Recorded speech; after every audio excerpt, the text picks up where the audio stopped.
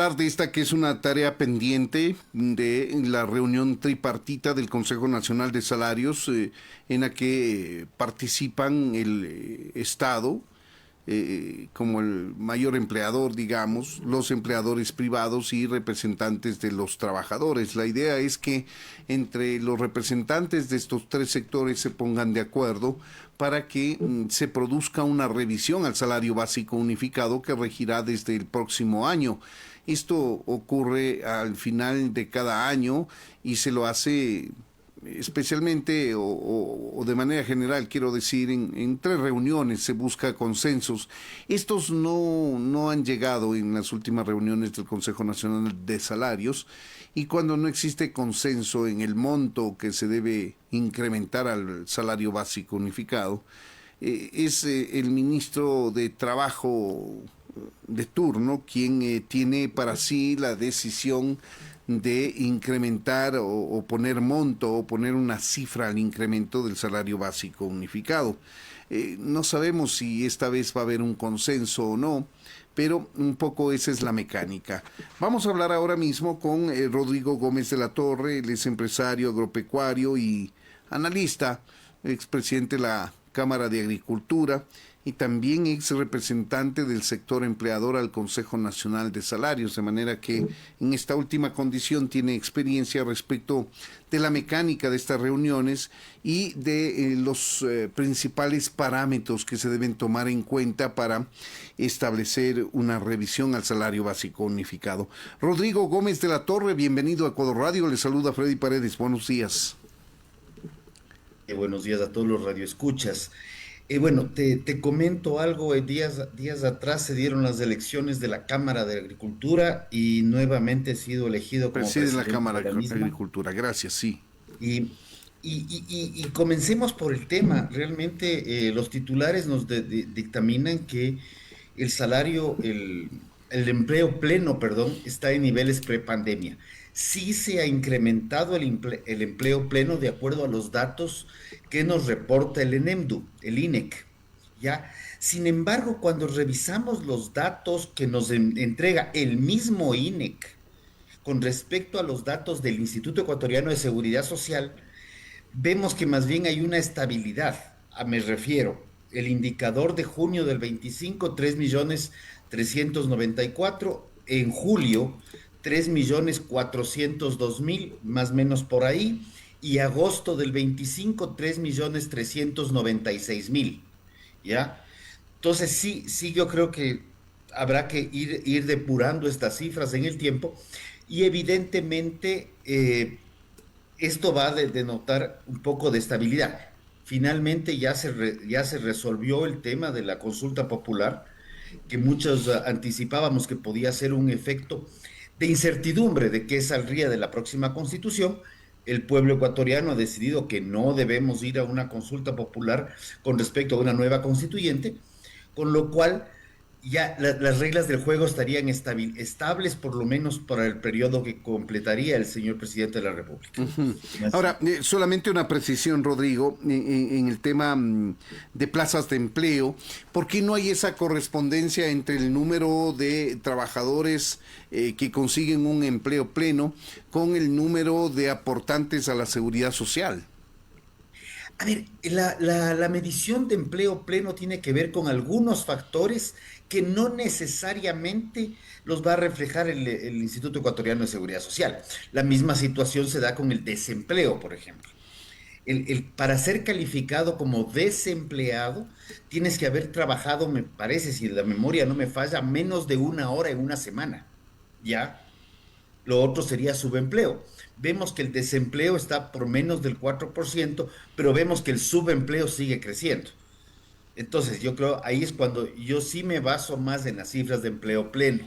Uh-huh. Y sobre cifras de empleo pleno, me gustaría tener o sea, ver cómo se está moviendo en valores absolutos más que en Pero porcentajes. ¿por qué no existe la correspondencia empleo pleno IES? Porque aquí la aportación a la seguridad social es obligatoria cuando estás en un trabajo formal. Así es. ¿Por qué no existe? Habría que preguntar a quienes publican las cifras más que a quienes las analizamos, porque Siempre ha habido diferencia. De hecho, al mes de junio de este año, uno de mis editoriales precisamente hablaba de ello, en que decía por qué el empleo pleno, según el ENEMDU, habla de un incremento de de alrededor de 90.000 puestos, cuando el IES habla de un incremento de alrededor de 4.000.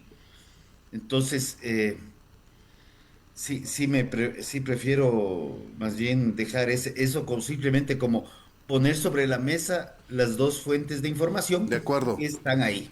De acuerdo, y nos ha llamado la atención ciertamente ese dato que no se compadece las cifras de empleo pleno con las cifras de aumento de cotizantes, de aportantes a la seguridad social. Pero bueno, tendremos oportunidad, ojalá más adelante, de preguntar a las autoridades correspondientes, al Ministerio de Trabajo, al INEC, qué sé yo. En fin, bueno, entremos en materia, Rodrigo, respecto de la fijación del nuevo salario básico unificado. Como ex delegado al Consejo Nacional de Salarios, usted conoce la mecánica que se utiliza y los parámetros que se toman en cuenta para hacer esta revisión del salario. ¿Cómo mira la situación actualmente?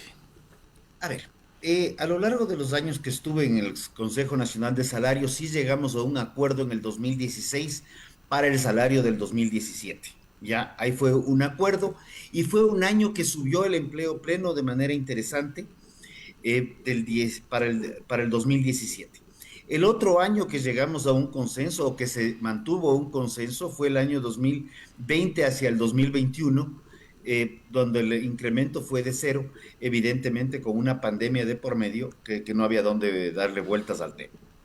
Los análisis que se toman ante el Consejo Nacional de Salario, se analizan las cifras de crecimiento económico, se analiza lo que es la inflación proyectada para el año que viene, se analiza la productividad laboral, ¿ya? Sin embargo, de todas las cifras que se revisan y se analizan a nivel del Consejo, la única cifra que está contemplada en el Código del Trabajo para considerar un incremento salarial es la inflación proyectada, Ujú.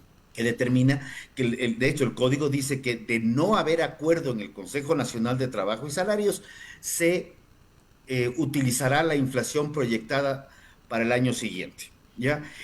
Me llamó la atención ver que como tenemos una inflación más bien hacia la baja, una inflación, este último mes ha subido un poco, pero la tendencia general ha sido decreciente, que en el presupuesto general del Estado se plantee una inflación para el año 2026 de 3.2%. 3.2% que coincide casualmente con las declaraciones de la ex ministra de Trabajo, que decía que el incremento será de alrededor de 15 o 16 dólares. Ujú. Estas declaraciones fueron previas a lo que anunció el Ministerio de Economía y Finanzas. Sin embargo, ya habiendo salido la ministra Núñez del ministerio, en las últimas declaraciones que ha dado, hace referencia a que tal vez se podría subir el salario hasta 500 dólares. Estaríamos hablando ya no del 3.2%, sino de alrededor del 6%, Claro que porque sí. estaríamos hablando de 30 dólares. Entonces sí preocupa cuando hay sectores o más allá de sectores, hay empresas que han podido crecer en empleo pleno, pero no necesariamente sectores. Vemos el sector agrícola. Hay empresas puntuales o productos específicos que han crecido en ingresos y han crecido en empleo, pero la gran masa del sector agrícola se ve muy complicada con el salario que está vigente. No hablemos del que va a subir.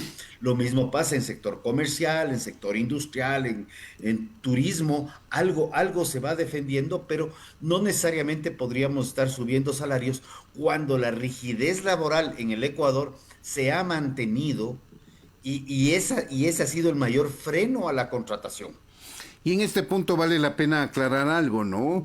La vigencia, o mejor dicho, el incremento del salario básico unificado afecta fundamentalmente al sector privado, que hace uso del pago del salario básico unificado, porque el Estado, siendo el mayor contratador, digamos, como institución, ya no tiene prácticamente empleados que perciban el salario básico unificado. Los salarios del sector público son bastante más superiores. Quizá los rangos más bajos del sector público tengan un salario básico, pero la afectación fundamental, vale decir, es para el sector privado, que utiliza el salario básico unificado para la mayoría de empleados que están empezando una relación laboral en este sector, Rodrigo. Y vale la pena complementar. Casualmente, el día jueves, previo al proceso electoral, la ministra anunció que había un informe técnico que determinaba que los salarios del sector público se podían incrementar entre 40 y 250 dólares, que representaría una masa adicional a un presupuesto general del Estado, que de por sí estaba ya con un déficit de alrededor de 5.500 millones de dólares, de unos 450 millones adicionales, lo cual dentro de los términos generales de la economía preocupa. Ahora, sobre lo que es el sector privado, tenemos que reconocer que la masa salarial de quienes están con el básico, que serían sujetos del incremento, es más o menos entre el 12 y el 15% del sector, de la masa salarial del sector privado. Ujú. Sin embargo, el impacto de esta masa salarial afectaría al 100% de la población. Cuando se oye de que va a subir el salario, no importa a quién, ya se está comenzando a especular con respecto a los productos de primera necesidad en tiendas, mercados y otros sectores. Ujú. Entonces, el efecto inflacionario es real para el 100% de la población. Uno. Segundo, si bien no es adecuado incurrir en multas, sanciones y contravenciones de tránsito particularmente, la remuneración básica unificada está vinculada directamente a todas las sanciones. Así es. Y el otro rubro donde también está vinculado es mucha gente, muchos padres de familia que no tienen probablemente ni siquiera empleo, se ven abocados a que se les incrementa las pensiones cuando no tienen ni siquiera un ingreso. Pensiones Son alimenticias aspectos para que hay sus que, hijos. hay que, hay que ir entendiendo cuáles son los impactos globales de lo que sería un incremento salarial. Y como menciono, no es solamente de subir por subir, o como le dice la ministra, que hace 2 semanas hablaba de 15 y hace una semana ya habla de 30, sin decir los 30, pero ya los ha mencionado, ya como ex ministra, a ver en qué mismo queda, porque definitivamente sí preocupa. Y en el caso nuestro del sector agrícola, hemos hecho los cuadros del impacto de producción para pagar una remuneración básica unificada, y en leche en el 2008 con 550 litros tú podías pagar una remuneración básica. En este momento, si no tienes una producción de 950 litros, no vas a poder. O sea, prácticamente has duplicado la producción para pagar el mismo salario. Inclusive ahí se consideran los efectos de incremento de precio de leche a productor. Entonces, el impacto del salario cada vez es más relevante hacia el agro cuando no hay un retorno que permita hacerlo. Vamos a ver, esto es, digamos, un resumen de lo dicho por la ministra de Trabajo, que, vale decirlo, no está más dentro del gabinete, o al menos dentro de esa cartera de Estado. ¿Cómo quedan estas declaraciones de la ministra? Rodrigo Gómez, ¿cómo lo tomaría estos 15 dólares, probables 30 de incremento que anunció la ministra, o la potencial disponibilidad de recursos para incrementar inclusive el salario a los diferentes escalas del sector público? Esto pierde, digamos, eficacia porque está fuera del gobierno ya la ministra Ivonne Núñez, o se queda eso como una intención de gobierno al margen de quien lo haya dicho. A ver, yo creo que hay varios momentos, ¿no? Cuando está como ministra hace referencia y habla del valor absoluto de entre 15 a 16 de 15 a 16 dólares como ministra, ¿ya? como que estuviera ya tuviera conocimiento de que la inflación proyectada va a ser de 3,2. Ujú. ¿Cuánto va a ser la inflación del año 26? No sabemos, pero evidentemente yo estimo que va a ser inferior al 3,2%. Esa es mi estimación por los históricos de las curvas Bueno, inflacionarias. se dice que hoy tendrán en el Ministerio de Trabajo estas cifras actualizadas con el corte último. Bueno, ya como te digo, en el presupuesto está planteada.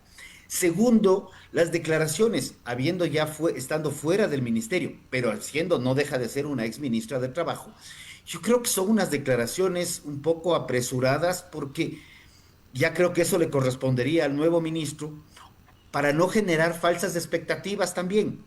Falsas expectativas para un sector y falsas preocupaciones para el otro. Y el tema del sector público, yo creo que sí fue más bien un tiro de campaña, porque los momentos en los cuales se realizan son muy puntuales. O sea, de hecho, nosotros escuchamos las declaraciones del incremento de salarios a las juntas parroquiales y luego el incremento de salarios al sector público, precisamente entre jueves y viernes, previo al proceso Mm. electoral. Yo creo que ahí hay también mucho que analizar en el marco de lo político más que en el marco de lo técnico. Vamos cerrando la entrevista, Rodrigo, y quiero consultarle cómo miran desde el lado empresarial, desde el lado de los empleadores, eh, estos 15, 16 dólares que recogerían la proyección de la inflación de 2026, cifrada en 3,2%. Supongamos que no sea 3,2, supongamos que sea, no sé, 2,8 la inflación. Igual van a decir 15, 16 dólares de incremento. ¿Cómo miran ustedes ese monto respecto de la real capacidad del sector productivo para enfrentar ese salario? Como lo mencioné, hay empresas que podrán cubrirlo con mayor facilidad. Habrá otras, pequeños microproductores, microempleadores, que no podrán hacerlo. Ya, esa es la cruda realidad y eso podrá generar un impacto en el empleo pleno. Mucha gente dirá 15 dólares es poco, pero sí, sí vale la pena, Rodrigo, que nos diga cuánto significa cada dólar aumentado a un trabajador, tomando en cuenta los sobresueldos, los aportes al IES y demás. $15 al salario representa en términos reales 21,5 dólares. O sea, ¿Mm? los 15 se multiplican más o menos por 1,41, 1,42, decimotercero, decimocuarto, fondos de reserva. Y el IES tiene un impacto mayor, ¿ya?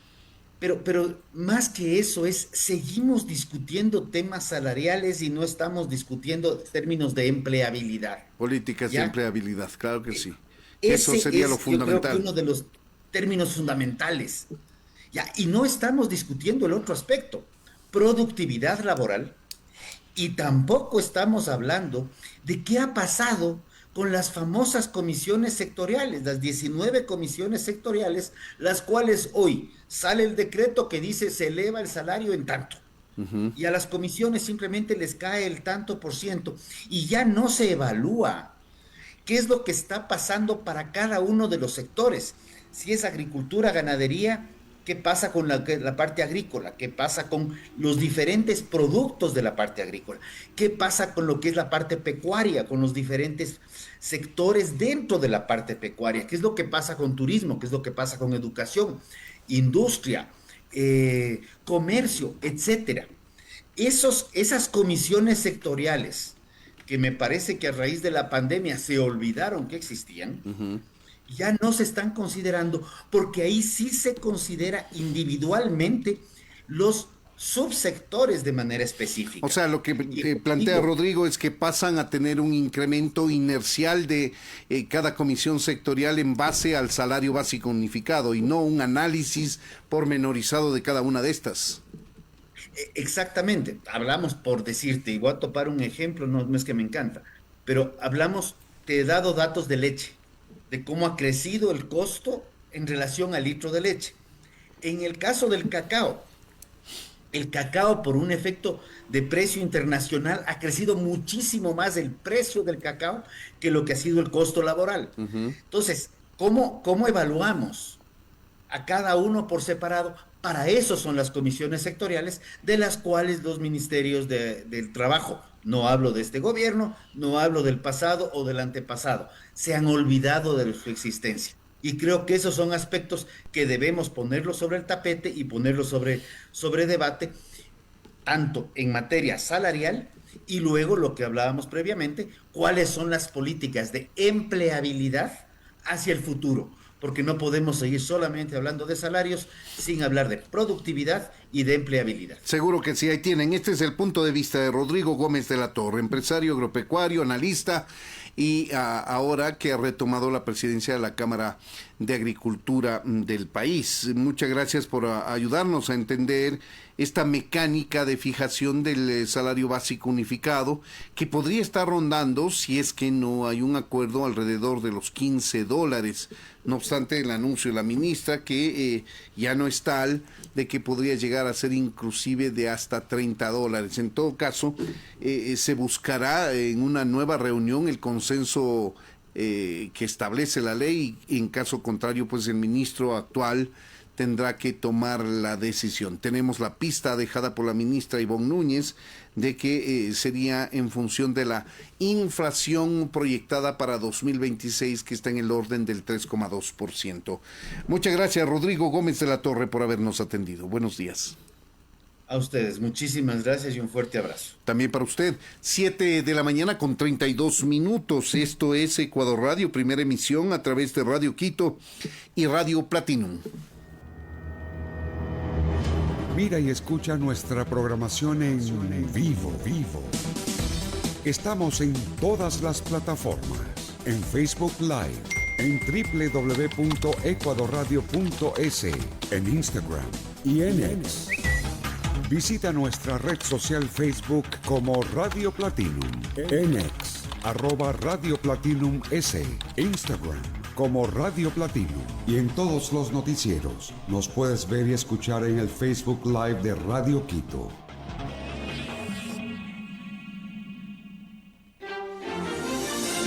Presentamos el servicio informativo Platinum.